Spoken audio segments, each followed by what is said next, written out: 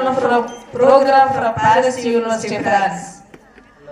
మొత్తం సేవకు సంబంధించినటువంటి విద్యని అభ్యసించడంతో పాటు సేవని ఉచ్ఛ్వాస నిశ్వాసాలుగా భావించి ఇస్తున్నటువంటి ఎంపవర్మెంట్ లో ఉండినటువంటి లోపాలను కూడా సరిచేస్తారని నేను భావిస్తూ మేడం గారికి మైక్ ఇస్తున్నాను.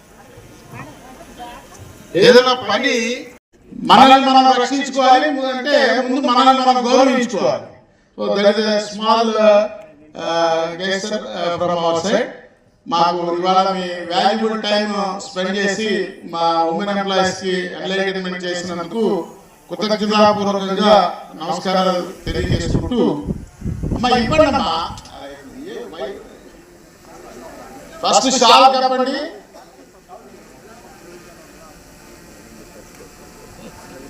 షాల్ కప్పండి అమ్మా.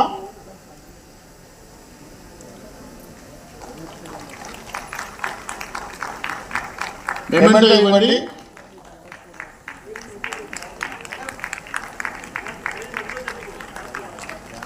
అటెలు శివమాన వడ్పకెళ్ళు గిఫ్ట్ ఇవ్వండి. నెక్స్ట్ గిఫ్ట్ ఇవ్వండి.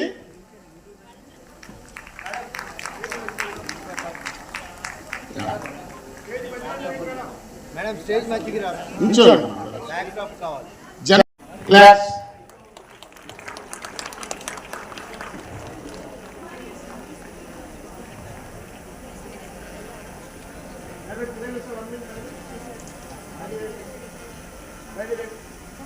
జనసేన సర్టిఫికేట్ ఇవ్వండి.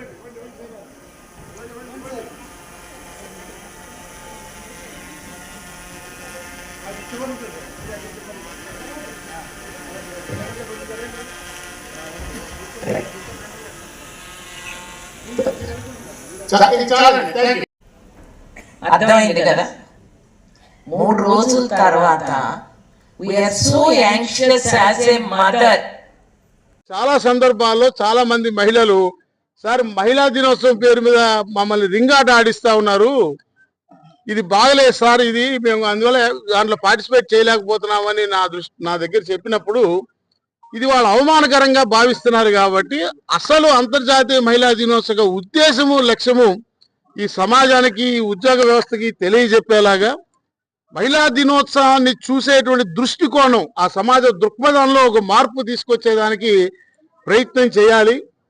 మనం కార్యక్రమం చేయకుండా ఇది కాదు ఇలా చెయ్యొద్దు అని చెప్తే వినే పరిస్థితి రాష్ట్రంలో నువ్వెవడు నాకు చెప్పేది అంటారు. కాబట్టి ఏదైనా ఆచరణ చేసి చూపిస్తే ఇంకొకసారి మిగతా వాళ్ళు ఫాలో అవుతారన్న ఉద్దేశంతో మాకు కొంత ఇబ్బంది అయినా ఆర్థికంగా భారమైనా తొలిసారి మేము మా మహిళా విభాగం రాష్ట్ర అధ్యక్షురాలుగా డాక్టర్ లీలావతి గారు, ప్రధాన కార్యదర్శిగా హేమలతి గారు, సహాధ్యక్షురాలుగా మంజులాదేవి గారు, ఈ ఎన్టీఆర్ జిల్లా అధ్యక్షుడు రేణుక గారు, వీరంతా ఒక కార్యవర్గం ఏర్పడి అంతా కలిపి నెల రోజుల క్రితం కార్యవర్గంగా ఏర్పడి బయట మీరు లోగో బ్యానర్ చూస్తుంటారు. వీళ్ళు ఏర్పడిన రోజు లోగో బ్యానర్ అది. సో ఈనాడు ఈ కార్యక్రమాన్ని ఇక్కడ నిర్వహిస్తూ వినూత్నంగా ఇప్పటిదాకా మీరు చూశారు ఒక 5 ఎమినెంట్ పర్సనాలిటీస్ తో ప్రెజెంటేషన్స్ చెప్పించాం. అసలు ఈ అంతర్జాతీయ మహిళా దినోత్సవ ప్రాశస్త్యం గురించి తెలియపరుస్తూ ఆది కాలం నుంచి నేటి వరకు ఆధునిక యుగం వరకు ఈ దేశంలో మహిళ యొక్క పాత్ర ఏ రకంగా ట్రాన్స్ఫార్మ్ జరిగిందనే దాని మీద, అదే రకంగా న్యాయపరంగా పోక్సో యాక్ట్ విషయం కావచ్చు, ఇతరత్ర చట్టాలు, వర్క్ ప్లేస్ లో వాళ్ళకు ఉండేటువంటి ప్రొటెక్షన్స్ మీద మరి 2 అడ్వకేట్స్ చాలా విపులంగా వాళ్ళకి ఏ రకంగా ఫాలో అవ్వాలన్నది అవగాహన కల్పించే ప్రయత్నం చేశాం. అలాగే మరి డాక్టర్ కీర్తి బొలినేని గారు కూడా ఉమెన్ ఎంపవర్మెంట్ ని ఎలా సాధించాలని వారు చెప్పారు. ఇంకొక సెషన్ ఉంది మధ్యాహ్నం, ఇప్పుడు లంచ్ బ్రేక్ ఇచ్చాం.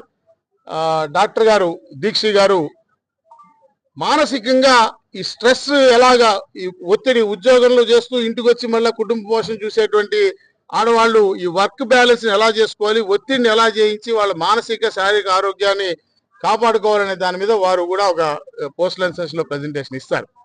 ఇది అయిన తర్వాత ఈ ప్రెజెంటేషన్ మధ్యలో మా మహిళా ఉద్యోగులే, no outsourcing, no professionals, whatever entertainment act ఇక్కడ నిర్వహించబడిందో ఇది కేవలం ఈ ఆఫీస్ బేరర్లే వాళ్ళే చేస్తూ ఉన్నారు. దీని తర్వాత మధ్యాహ్నం అతి ముఖ్యమైన ఘట్టం 3 గంటల నుంచి 5 గంటల వరకు చాలా కీలకమైన ఘట్టం ఈ రాష్ట్రంలో తొలిసారి చరిత్రలో ఎన్నడూ లేనట్టుగా ఉద్యోగ సంఘాల వ్యవస్థలో మేము ఒక కార్యక్రమాన్ని నిర్వహిస్తా ఉన్నాం. మొదటిసారి మేము ముగ్గురికి స్త్రీ శక్తి అవార్డులని ఎంపిక చేసి ఇస్తున్నాం.